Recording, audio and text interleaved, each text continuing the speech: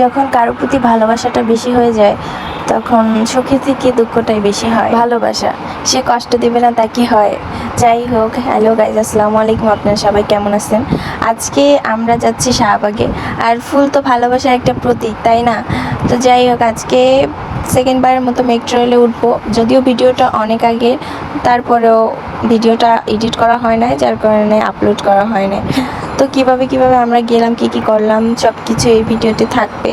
তো দেখবেন আর উপভোগ করবেন, বাজে কোনো মন্তব্য করবেন না। যদিও এই পর্যন্ত অনেকবার মেট্রো রেলে ওঠা হয়েছে। মানুষকে ভুলে যাওয়া তো খুবই সোজা, তাই না? তবে একজন কাছের মানুষকে ভোলা কি এত সোজা? ধরুন আপনার খুব কাছের একজন, প্রথম দিকে তাই আপনি মনে বেশি জায়গা দিতে পারেন না। সেকেন্ডবার যখন দিবেন, প্রথমবারের তুলনায় সেকেন্ডবার আপনার তার থেকেও বেশি সময় লাগবে তাকে বলতে। এরা কেন আসে মানুষের জীবনে যদি তাদের ভুলাই না যায়? কিছু মানুষ আছে বলে তোমার কষ্ট হইলে আমার অনেক কষ্ট হয়, কিন্তু এমন একটা সময় আসে তারাই বেশি কষ্ট দেয়। ভালোবাসা মানে কারোর প্রতি আকর্ষণ না, ভালোবাসা মানে একে অপরকে সম্মান করা। আর এই সম্মানটা এমনভাবে রাখো সে তোমার লাইফ থেকে চলে গেলেও যাতে তার প্রতি তোমার সম্মান আসে।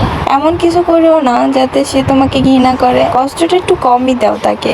মহাত্মা গান্ধী বলেছিলেন, যেখানে ভালোবাসা আছে সেখানে জীবন আছে। আমাদের কি আছে? কিছু নাই, লাগবো না আমাগো। যাই হোক, আমরা এখন কি করছিলাম সব কিছু শেয়ার করতেছি। এখানে আমি ফুল কিছু নিয়েছিলাম, কিছু ফুল তো না, ও বললো যে তুমি এইগুলা না ওইগুলা বাইসে একটু ভালো দেখে নাও। তা আমি দেখতেছিলাম যে ভালো ফুল আছে কিনা।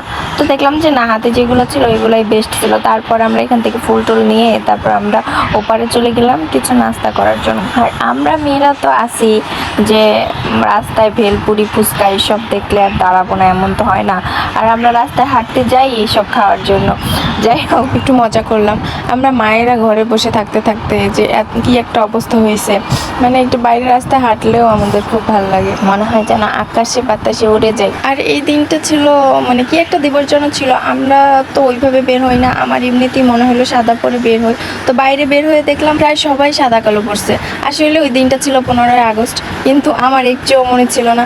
আমি দেখলাম ও সাদা কালো পরে আসছে, কিন্তু আমার নিজেরটা পুরোই একটা ম্যাজিক এরকম একটা যেন মানে মিল হয়ে গেছে কেমনি যেন। তো আমরা এর আগে দেখি নাই যে সবাই এরকম বের হয়েছে। যখন শাহবাগ গেলাম তখনই দেখলাম যে সবাই এরকম সাদা কালো পরে আসছে। যাই হোক, ওই সময়গুলো অনেক ভালো ছিল আর অনেক মিস করবো, হয়তো সারা জীবন ওই সময়টা মিস করবো। এমনিতেও আমাদের যে সময় যায় ওই সময় কখনোই ফিরে আসে না। আর কেউ যদি চলেও যেতে চায় তাকে আটকে রাখার দরকার হয় না, কারণ তুমি তাকে যতটা গুরুত্ব দিবে সে ততটাই তোমাকে গুরুত্বহীন প্রমাণ করে চলে যাবে। আর যাই হোক, তারপর আমরা চলে গিয়েছিলাম একটু আইসক্রিম খেতে। এখানে আমরা 4 ফ্লেভারের নিয়েছিলাম।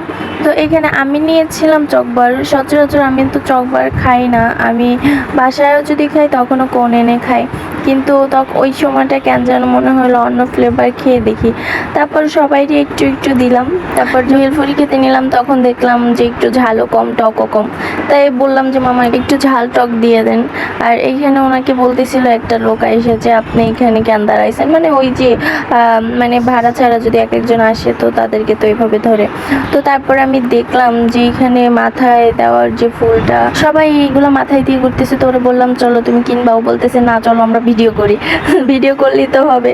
অবশ্য ফুলগুলো অনেক আগে বানানো হয়েছে, হয়তো এই জন্য একেবারে নরম হয়ে গেছিল, তাজা ছিল না ফুলগুলো। তারপরে যাই হোক, আমরা ভেলপুরি খেয়ে চলে গেলাম আবার ফুচকা খেতে। তো 1 প্লেট ফুচকাই সবাই নিয়ে ভাগাভাগি করে খেলাম। সবাই অবশ্য খায় নাই, আমি খেয়েছিলাম। যাই হোক, সবাই মনে করে যে আমি এইসব খেতে পারবো না একটা, কিন্তু আমার এইসব আবিজাবি তো খুবই ভালো লাগে। ভাতের থেকে এগুলো আমি বেশি খাইতে পারি। সবসময় আবার ফুচকা খাই না, অনেক সময় আমার ভালো লাগে না। তো আপনারা আমার ভিডিও দেখে কেমন লাগলো কমেন্টে জানাবেন। অনেক জ্ঞান দিয়ে ফেলেছিলাম। তারপরে আমরা এইসব দুষ্টুমি ফাজলামো করে চলে আসলাম।